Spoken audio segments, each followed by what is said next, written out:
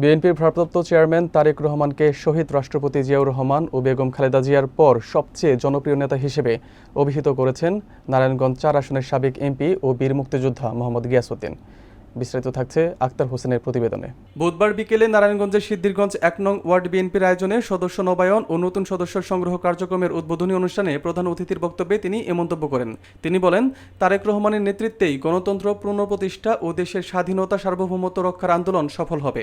অনুষ্ঠানের সভাপতিত্ব করেন ১ নং ওয়ার্ড বিএনপির সভাপতি রওশন আলী। সঞ্চালনায় ছিলেন মহানগর যুবদলের সদস্য শহীদুল ইসলাম এবং ১ নং ওয়ার্ড বিএনপির সাধারণ সম্পাদক সালাউদ্দিন। বিশেষ অতিথি হিসেবে বক্তব্য রাখেন সিদ্ধিরগঞ্জ থানা বিএনপির সভাপতি মাজিদুল ইসলাম, সাবেক সভাপতি আব্দুল হাই রাজু, সাধারণ সম্পাদক M A Halim Jewel, GM সাদরিল, ভারপ্রাপ্ত সাধারণ সম্পাদক আবুল হোসেন ও সাংগঠনিক সম্পাদক আকবর হোসেন।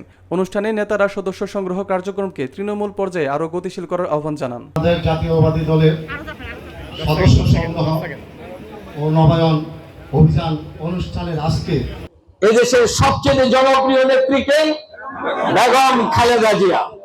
এখন বেগম খালেদা জিয়া এবং শহীদ প্রেসিডেন্ট জিয়াউর রহমানের পর সবচেয়ে জনপ্রিয় নেতাকে আমাদের ভারপ্রাপ্ত চেয়ারম্যান জনাব তারেক রহমান। তারেক রহমান ইতিমধ্যে অর্জন করেছে গতিশীল নেতৃত্ব। ধাপে ধাপে নেতৃত্বের পরিবর্তন করে যোগ্য নেতৃত্ব দেওয়ার ক্ষমতা। তার চেয়ে যোগ্যতা সম্পন্ন এখন নেতা কোন রাজনৈতিক দলে আছে বলে আমার জানা নাই।